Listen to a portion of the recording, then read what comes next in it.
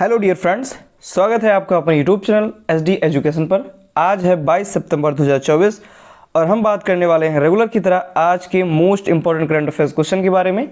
जैसा कि आप सभी लोग जानते हैं, हम अपने आज ये जो रेगुलर का जो करंट अफेयर्स होता है, इसमें हम जो भी इंपॉर्टेंट करंट अफेयर्स के क्वेश्चन होते हैं उन सभी क्वेश्चन को यहाँ पर कवर किया जाता है। साथ साथ उनका जो एक्सप्लेनेशन होता है, साथ साथ वो जो क्वेश्चंस होते हैं उनका जो एक्सप्लेनेशन होता है वो काफ़ी ज़्यादा इंपॉर्टेंट होता है। तो इसके लिए आप वीडियो को शुरू से लेकर लास्ट तक जरूर देखिए। अगर आप वीडियो पर पहली बार आए हैं तो प्लीज़ वीडियो को लाइक कीजिए, अपने दोस्तों के साथ वीडियो को अधिक से अधिक शेयर कीजिए और हमारे चैनल को सब्सक्राइब भी कीजिए। तो चलिए बढ़ते हैं हम अपने वीडियो में सबसे पहले प्रश्न की तरफ। तो आज का हमारा सबसे पहला प्रश्न है, हाल ही में विश्व अल्जाइमर दिवस कब मनाया गया? यानी कि जो वर्ल्ड अल्जाइमर्स डे है, विश्व अल्जाइमर दिवस, ये कब मनाया गया? तो ए ऑप्शन है 21 सितंबर, बी ऑप्शन है 24 सितंबर, सी ऑप्शन है 18 सितंबर और डी ऑप्शन है 9 सितंबर। तो इस प्रश्न का सही जवाब है ऑप्शन नंबर ए, यानी कि विश्व अल्जाइमर दिवस 21 सितंबर को मनाया जाता है। आप यहाँ पे आर्टिकल में भी देख सकते हैं विश्व अल्जाइमर दिवस 2024, जो कि ये 21 सितंबर को मनाया जाता है। तो हर साल 21 सितंबर को विश्व अल्जाइमर दिवस मनाया जाता है, यानी कि वर्ल्ड अल्जाइमर्स डे। इस दिन का जो उद्देश्य है वो अल्जाइमर रोग के प्रति लोगों में जागरूकता फैलाना है। यानी कि जो अल्जाइमर से ग्रसित व्यक्ति होते हैं, खासकर बुजुर्गों में ये जो बीमारी होती है काफ़ी ज़्यादा देखने को मिलती है। और जो अल्जाइमर्स होता है इसमें भूलने की बीमारी हो जाती है, जिसमें जो व्यक्ति होते हैं उनकी जो मानसिक क्षमता होती है वो कमज़ोर होती चली जाती है। चीज़ें जो भूलना है वो शुरू कर देते हैं, भूल जाते हैं, कहीं कुछ भी रख देते हैं। तो इस दिन का जो उद्देश्य है वो अल्जाइमर रोगों के प्रति लोगों में जागरूकता फैलाना है। इस वर्ष की जो थीम रखी गई है वो है डिमेंशिया को जाने, अल्जाइमर को जाने। इम्पॉर्टेंट थीम है क्योंकि थीम बहुत ज़्यादा पूछी जाती है। इस बीमारी से पूरी दुनिया में 55 मिलियन लोग ग्रसित हैं। तो अगर हम अकेले भारत की बात करें, यहाँ पर 8.8 मिलियन मरीज जो हैं वो अल्जाइमर से ग्रसित हैं।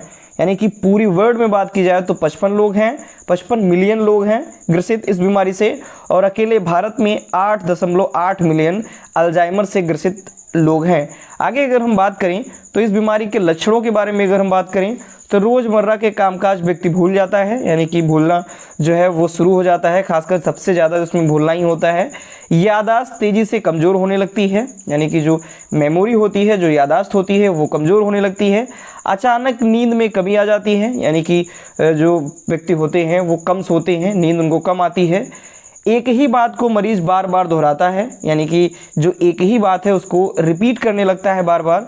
मरीज छोटी छोटी बातों पर फोकस नहीं कर पाता और कपड़े पहनने में काफ़ी दिक्कतें आती हैं। तो ये सभी जो लक्षण हैं वो इस अल्जाइमर से संबंधित लक्षण हैं, यानी कि अगर ये लक्षण आपके अंदर हैं तो आप कहीं ना कहीं अल्जाइमर से ग्रसित हो रहे हैं या होने की संभावना है। तो खासकर कामकाज जो डेली के होते हैं वो व्यक्ति भूलने लगता है, यादाश्त तेज़ी से कमज़ोर होने लगती है, नींद में कमी आ जाती है और एक ही बात को जो मरीज होता है वो बार बार रिपीट करने लगता है, छोटी छोटी बातों पर फोकस नहीं कर पाता और कपड़े पहनने में काफ़ी ज़्यादा दिक्कतें होती हैं। ये इस बीमारी से कुछ प्रमुख लक्षण हैं। बढ़ेंगे हम अपने नेक्स्ट क्वेश्चन की तरफ। तो हमारा अगला क्वेश्चन है, हाल ही में S&P ग्लोबल रिपोर्ट के अनुसार भारत 2030-31 तक कौन सी अर्थव्यवस्था हो जाएगा? यानी कि S&P की अभी हाल ही में रिपोर्ट जारी की गई और इसमें जो बताया गया है कि भारत 2030 और 31 तक जो है वो तीसरी सबसे बड़ी अर्थव्यवस्था हो जाएगा, यानी कि तीसरी अर्थव्यवस्था जो है वो भारत हो जाएगा। तो इस प्रश्न का सही जवाब है ऑप्शन नंबर सी। आगे अगर हम डिटेल में बात करें तो ये स्टैंडर्ड एंड पुअर, यानी कि S&P, जिससे इस नाम से हम जानते हैं, फुल फॉर्म होता है इसका स्टैंडर्ड एंड पुअर्स, ये इसकी रिपोर्ट जारी की गई है और इसमें बताया गया है कि S&P के मुताबिक चालू वित्त वर्ष में 6.7% की अनुमानित सालाना ग्रोथ के आधार पर भारत 2030-31 तक तीसरी सबसे बड़ी अर्थव्यवस्था बन जाएगा। यानी कि कहा यह गया है कि अगर चालू वित्त वर्ष में भारत की जो सालाना ग्रोथ है, सालाना जो जीडीपी है, अगर वो 6.7% से ही लगातार चलती रही तो 2030-31 तक तीसरी सबसे बड़ी अर्थव्यवस्था वो भारत बन जाएगा। अगर हम बात करें तो वित्त वर्ष 2024 में भारत का जो विकास दर है वो 8.2% रहने की उम्मीद बताई गई है। यानी कि वित्त वर्ष जो 2024 चल रहा है इसमें भारत का जो विकास दर है वो 8.2% रहने की उम्मीद जताई गई है। और अगर आप यहाँ पे देख सकते हैं यहाँ पे 8.2% ही है, लेकिन S&P के मुताबिक अगर सिर्फ 6.7% ही रहता है तभी ये 2030 और 31 तक भारत तीसरी अर्थव्यवस्था बन जाएगा। और अगर 8.2% यहाँ पर जो चल रही है वित्त वर्ष में भारत के जीडीपी या भारत के जो ग्रोथ है तो वो 8.2% रहने की बताई गई है। रिपोर्ट जो जारी की गई उसका नाम है इंडिया फॉरवर्ड इमर्जिंग परसेप्टिव्स टाइटल, ये रिपोर्ट का नाम है। रिपोर्ट का नाम भी पूछा जा सकता है तो आप इसको भी ध्यान रखिए। और नेक्स्ट क्वेश्चन की तरफ हम बढ़ते हैं। अगला क्वेश्चन है हमारा, हाल ही में कौन सा राज्य खाद्य सुरक्षा सूचकांक 2024 में शीर्ष पर रहा है? यानी कि अभी खाद्य सुरक्षा सूचकांक स्टेट की यानी कि राज्य की जो लिस्ट होती है, राज्य खाद्य सुरक्षा सूचकांक 2024 की, ये जारी की गई। तो इसमें शीर्ष पर कौन सा राज्य रहा है? तो ए ऑप्शन है उत्तर प्रदेश, बी ऑप्शन है केरल, सी ऑप्शन है मध्य प्रदेश, डी ऑप्शन है छत्तीसगढ़। तो इस प्रश्न का सही जवाब है ऑप्शन नंबर बी, यानी कि केरल जो है वो राज्य खाद्य सुरक्षा सूचकांक 2024 में शीर्ष पर रहा है। बात करें तो केरल के साथ साथ तमिलनाडु, जम्मू और कश्मीर, ये तीनों राज्य खाद्य सुरक्षा सूचकांक 2024 में शीर्ष 3 प्रदान करता है। यानी कि केरल टॉप पर है 2024 राज्य खाद्य सुरक्षा सूचकांक में, इसने पहला स्थान हासिल किया हुआ है, फर्स्ट पोजीशन। इसके बाद है तमिलनाडु और फिर जम्मू और कश्मीर, ये बराबर शीर्ष 3 प्रदर्शन करता है राज्य खाद्य सुरक्षा सूचकांक में। केरल की अगर बात और तमिलनाडु और जम्मू कश्मीर ये टॉप 3 पोजीशन पर आए हुए हैं। फर्स्ट की बात की जाए तो केरल, सेकंड की बात की जाए तो तमिलनाडु और थर्ड की बात की जाए तो जम्मू और कश्मीर है। यहाँ पर केरल आया है तो केरल आप मैप में भी देख भी सकते हैं, ये इधर तटीय राज्य है, तटीय स्टेट है और यहाँ पर आप इसका सिर्फ स्टेट देख सकते हैं। यहाँ पर भारत में इसकी स्थिति जान सकते हैं और ये सिर्फ और सिर्फ जो मैप है वो केरल का है। कुछ इस प्रकार से इसकी लोकेशंस हैं, कुछ इस प्रकार से ये मैप है केरल का। और हम अगर केरल के बारे में कुछ स्टैटिक बात करें तो केरल में वर्तमान मुख्यमंत्री हैं पिनराई विजयन। इंपॉर्टेंट है ये भी, ये स्लाइड जो है ये भी काफ़ी ज़्यादा इंपॉर्टेंट है, खासकर जीके से। अगर आप रेलवे, एसएससी किसी भी की एग्जाम की तैयारी कर रहे हैं तो यहाँ से क्वेश्चन पूछा जा सकता है। तो केरल में वर्तमान मुख्यमंत्री है पिनराई विजयन, राज्यपाल हैं आरिफ मोहम्मद खान और राजधानी होती है केरल की तिरुवनंतपुरम। केरल का जो स्थापना दिवस है वो 1 नवंबर को मनाया जाता है। केरल का जो उच्च न्यायालय है वो एर्नाकुलम में है और केरल का जो क्षेत्रफल है वो 38,863 वर्ग किलोमीटर इसका क्षेत्रफल है। और सबसे बड़ा नगर जो केरल का है वो तिरुवनंतपुरम ही है, जो कि इसकी राजधानी है। और केरल की जो भाषा है वो मलयालम होती है, इसकी भाषा मलयालम इसकी भाषा होती है। आप क्वेश्चन से और पॉइंट से रिलेटेड आप देख करके ही बता सकते हैं कि कितने ज़्यादा इंपॉर्टेंट है ये जीके से। तो आप इसको पूरा देखिए, वीडियो को शुरू से लेके लास्ट तक, आपको बहुत ही सारा बेनिफिट मिलने वाला है। लेकिन वीडियो को आप सब्सक्राइब भी साथ में करते रहिए। बढ़ेंगे अपने नेक्स्ट क्वेश्चन की तरफ। और अगला क्वेश्चन है, हाल ही में कौन से भारतीय गेंदबाज हैं जो 400 अंतर्राष्ट्रीय विकेट तक पहुंचने वाले 10वें भारतीय गेंदबाज बन गए हैं? यानी कि 10वीं पोजीशन इनकी आई हुई है और ये 10वें 400 अंतर्राष्ट्रीय विकेट लेने वाले गेंदबाज बन गए हैं। तो ए ऑप्शन है मोहम्मद शमी, बी ऑप्शन है दीपक चहर, सी ऑप्शन है जसप्रीत बुमराह और डी ऑप्शन है मोहम्मद सिराज। तो इस प्रश्न का सही जवाब है ऑप्शन नंबर सी, यानी कि जसप्रीत बुमराह 400 अंतर्राष्ट्रीय विकेट लेने वाले 10वें भारतीय गेंदबाज बन गए हैं। आप यहां पे आर्टिकल में भी देख सकते हैं, जसप्रीत बुमराह 400 विकेट्स, ये 400 विकेट लेने वाले 10वें भारतीय गेंदबाज बन गए हैं। बुमराह ने यह जो उपलब्धि है वो चेन्नई में बांग्लादेश के खिलाफ भारत के पहले टेस्ट मैच के दौरान हासिल की। जैसा कि आप सब लोग जानते हैं टेस्ट मैच चल रहे हैं, तो उसमें जो पहला टेस्ट मैच हुआ चेन्नई में बांग्लादेश के खिलाफ, उसमें इन्होंने विकेट लेकर के 400 अंतर्राष्ट्रीय विकेट लेने वाले ये 10वें गेंदबाज बन गए हैं, 10वें भारतीय गेंदबाज बन गए हैं। बात करें बुमराह के अंतर्राष्ट्रीय विकेटों की संख्या अब 196 मैचों में 401 हो गई है, यानी कि टोटल 196 मैच हैं और 401 इनकी संख्या हो गई है विकेट की। बढ़ेंगे हम अपने नेक्स्ट क्वेश्चन की तरफ। हमारा अगला क्वेश्चन है हमारा, अक्टूबर में किसके द्वारा ऑनलाइन वैक्सीन प्रबंधन पोर्टल यूविन लॉन्च किया गया, यानी कि यूविन ये एक पोर्टल है ऑनलाइन वैक्सीन प्रबंधन पोर्टल जिसमें ऑनलाइन वैक्सीन का प्रबंधन किया जा सकेगा, नाम है इसका यूविन। तो इस पोर्टल का शुभारंभ किसने किया, इस पोर्टल को किसने लॉन्च किया है? तो ए ऑप्शन है अमित शाह, बी ऑप्शन है प्रधानमंत्री मोदी, सी ऑप्शन है पीयूष गोयल और डी ऑप्शन है चिराग पासवान। तो इस प्रश्न का सही जवाब हो जाएगा ऑप्शन नंबर बी, यानी कि प्रधानमंत्री मोदी जी ने ऑनलाइन वैक्सीन प्रबंधन पोर्टल यूविन लॉन्च किया। ये लॉन्च करेंगे, अक्टूबर में लॉन्च किया जाएगा ये ऑनलाइन वैक्सीन प्रबंधन पोर्टल यूविन। और लॉन्च कौन करेगा? माननीय प्रधानमंत्री नरेंद्र मोदी जी इसको लॉन्च करने वाले हैं। अगर हम डिटेल में बात करें तो अक्टूबर में पीएम मोदी जी के द्वारा एक ऑनलाइन वैक्सीन प्रबंधन पोर्टल यूविन लॉन्च किया जाएगा। ये जो होगा वो गर्भवती महिलाओं के साथ साथ जन्म से 17 वर्ष की आयु के बच्चों के लिए टीकाकरण और दवाओं का स्थायी रिकॉर्ड बनाए रखने के लिए ये विकसित किया गया है। यानी कि गर्भवती जो महिलाएं होती हैं और जो बच्चे होते हैं, इनका हाल ही में जन्म होता है और जन्म से लेकर 17 वर्ष तक जिन जिन बच्चों को टीके लगते हैं, जो भी दवाएं उनको प्रोवाइड की जाती हैं, उन सभी का ब्यौरा या उन सभी का जो रिकॉर्ड है वो डिजिटली यहाँ पर फीड किया जाएगा। इसके द्वारा लगभग 4.5 करोड़ परिवारों के लगभग 6 करोड़ नागरिकों को ये लाभ मिलेगा, क्योंकि 4.5 करोड़ परिवार हैं और उसमें 6 करोड़ जो नागरिक होंगे उनको ये लाभ मिलने वाला है। बढ़ेंगे हम अपने नेक्स्ट क्वेश्चन की तरफ। हमारा अगला क्वेश्चन है, दिवस से ही है अगला क्वेश्चन, हाल ही में अंतर्राष्ट्रीय शांति दिवस कब मनाया गया? तो ए ऑप्शन है 20 सितंबर, बी ऑप्शन है 21 सितंबर और सी ऑप्शन है 18 सितंबर और डी ऑप्शन है 19 सितंबर। तो इस प्रश्न का सही जवाब है ऑप्शन नंबर बी, यानी 21 सितंबर को अंतर्राष्ट्रीय शांति दिवस मनाया जाता है। तो इस प्रकार 21 सितंबर को 2 दिवस हमने कवर किए। पहला हमने कवर किया विश्व अल्जाइमर दिवस और दूसरा अंतर्राष्ट्रीय शांति दिवस, ये भी 21 सितंबर को ही मनाया जाता है। हम आर्टिकल में देखें तो 21 सितंबर इंटरनेशनल डे ऑफ पीस, यानी कि इंटरनेशनल या अंतर्राष्ट्रीय शांति दिवस।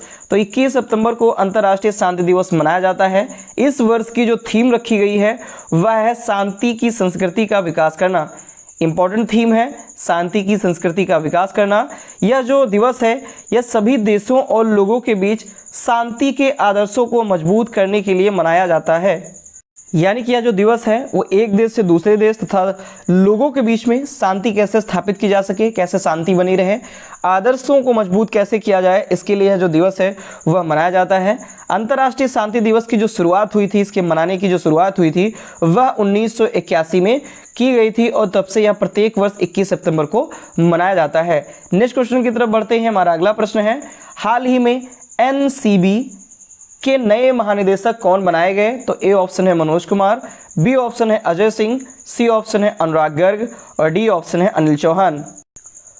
तो इस प्रश्न का सही जवाब है ऑप्शन नंबर सी, यानी कि अनुराग गर्ग जी को एनसीबी का नया महानिदेशक बनाया गया है। आप यहाँ पे आर्टिकल में भी देख सकते हैं अनुराग गर्ग हैं और अनुराग गर्ग को एनसीबी, जिसको हम नारकोटिक्स कंट्रोल ब्यूरो के नाम से जानते हैं, इसका नया महानिदेशक बनाया गया है। नारकोटिक्स कंट्रोल ब्यूरो जो कि नशीले पदार्थों का सेवन करना, ड्रग्स जो होते हैं, इन सब के बारे में जांच पड़ताल जो की जाती है वो एनसीबी के द्वारा, यानी नारकोटिक्स कंट्रोल ब्यूरो के द्वारा ही की जाती है और इसका ही नया महानिदेशक अनुराग गर्ग जी को बनाया गया है। यह वर्तमान में सीमा सुरक्षा बल यानी कि बीएसएफ बॉर्डर सिक्योरिटी फोर्स के अतिरिक्त महानिदेशक के पद पर कार्यरत थे और वहां से अब इनको एनसीबी का नया महानिदेशक बनाया गया है। नारकोटिक्स कंट्रोल ब्यूरो जो कि गृह मंत्रालय के तहत एक भारतीय केंद्रीय कानून प्रवर्तन और खुफिया एजेंसी है जो कि नशीले पदार्थ और जो ड्रग्स वगैरह जो भी होते हैं उनके बारे में जांच पड़ताल करती है, उनके बारे में पता लगाती है। बढ़ेंगे हम अपने नेक्स्ट क्वेश्चन की तरफ। हमारा अगला क्वेश्चन है, हाल ही में कहां पर PM mega integrated textile reason and apparel यानी पीएम मित्र इसे शॉर्ट फॉर्म में पीएम मित्र के नाम से जाना गया है। इस पार्क की आधारशिला रखी गई है, यानी कि प्रधानमंत्री नरेंद्र मोदी जी के द्वारा mega textile reason and apparel, जिसे हम पीएम मित्र के नाम से जानते हैं, इस पार्क की आधारशिला कहाँ पर रखी गई है? तो ए ऑप्शन है उज्जैन, बी ऑप्शन है अमरावती, सी ऑप्शन है कन्नौज और डी ऑप्शन है भागलपुर। तो इस प्रश्न का सही जवाब है ऑप्शन नंबर बी, यानी कि अमरावती में प्रधानमंत्री नरेंद्र मोदी जी के द्वारा mega integrated textile reason and apparel park की आधारशिला रखी गई है। आप यहाँ पे आर्टिकल में भी देख सकते हैं, PM Mitra park launch of PM Mitra park Amravati Maharashtra, यानी कि महाराष्ट्र में अमरावती में ये रखी गई। हम बात करें तो अमरावती में PM mega integrated textile reason and apparel PM Mitra park की आधारशिला रखी गई, जिसका उद्घाटन प्रधानमंत्री जी के द्वारा वर्चुअली किया गया, प्रधानमंत्री नरेंद्र मोदी जी के द्वारा किया गया। कहाँ पर ये आधारशिला रखी गई है? अमरावती, जो कि महाराष्ट्र में है, वहाँ पर ये आधारशिला रखी गई है। केंद्र सरकार ने कपड़ा उद्योग के 7 पीएम मित्र पार्क भी स्थापित करने की बात की है, यह स्थापित करने को इनको मंजूरी भी दी हुई है। बढ़ेंगे हम अपने नेक्स्ट क्वेश्चन की तरफ। हमारा अगला क्वेश्चन है, हाल ही में किसने 19वें दिव्य कला मेले का उद्घाटन किया? यानी कि ये 19वां संस्करण है इसका दिव्य कला मेले का, और इसका उद्घाटन किसने किया है? तो ये ऑप्शन है चिराग पासवान, बी ऑप्शन है धर्मेंद्र प्रधान, सी ऑप्शन है डॉक्टर वीरेंद्र कुमार और डी ऑप्शन है पीयूष गोयल। तो इस प्रश्न का सही जवाब है ऑप्शन नंबर सी, यानी कि डॉक्टर वीरेंद्र कुमार जी के द्वारा 19वें दिव्य कला मेले का उद्घाटन किया गया है। आप यहाँ पे आर्टिकल में भी देख सकते हैं। और अगर हम डिटेल में बात करें तो केंद्रीय मंत्री डॉक्टर वीरेंद्र कुमार ने 19 सितंबर 2024 को 19वें दिव्य कला मेले का उद्घाटन किया हुआ है। कहाँ पर? विशाखापत्तनम में इसका उद्घाटन किया गया है। और जो दिव्य कला मेला है ये लोकल फॉर वोकल आंदोलन का भी प्रतीक है, यानी कि वोकल फॉर लोकल ये आंदोलन का प्रतीक है। दिव्यांगजन सशक्तिकरण विभाग द्वारा राष्ट्रीय दिव्यांगजन वित्त एवं विकास निगम के माध्यम से दिव्य कला मेले का आयोजन किया जा रहा है। यानी कि आयोजन कौन कर रहा है? तो दिव्यांगजन सशक्तिकरण जो विभाग है इसके द्वारा तथा राष्ट्रीय दिव्यांगजन वित्त एवं विकास निगम है, इसके माध्यम से दिव्य कला मेले का ये आयोजन किया जा रहा है। बढ़ेंगे हम अपने नेक्स्ट क्वेश्चन की तरफ। हमारा अगला क्वेश्चन है, हाल ही में किसके द्वारा श्वेत क्रांति 2.0 लॉन्च किया गया?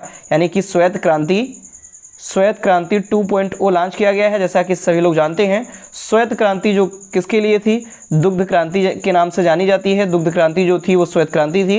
इसका 2.0 लॉन्च किया गया है किसके द्वारा? ए ऑप्शन है राजनाथ सिंह, बी ऑप्शन है अमित शाह, सी ऑप्शन है पीएम मोदी और डी ऑप्शन है जयशंकर प्रसाद। तो इस प्रश्न का सही जवाब है ऑप्शन नंबर बी, यानी कि अमित शाह जी के द्वारा श्वेत क्रांति 2.0 लॉन्च किया गया है। ये सहकारिता मंत्री